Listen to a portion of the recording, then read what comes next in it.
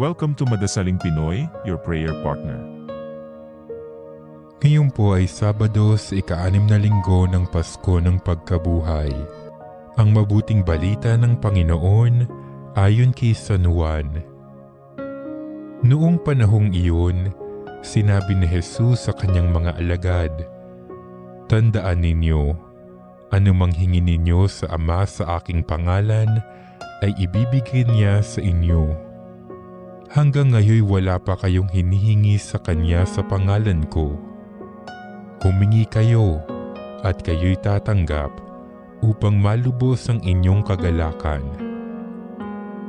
Ang mga ito'y sinabi ko sa inyo ng patalinhaga, subalit darating ang panahon na hindi na ako magsasalita sa inyo ng gayon. Tuwiran ko nang sasabihin sa inyo ang tungkol sa Ama. Sa araw na yaoy, hihingi kayo sa Kanya sa aking pangalan, at hindi ko sinasabi sa inyo na dadalangin ako sa Ama para sa inyo, sapagkat iniibig nga kayo ng Ama.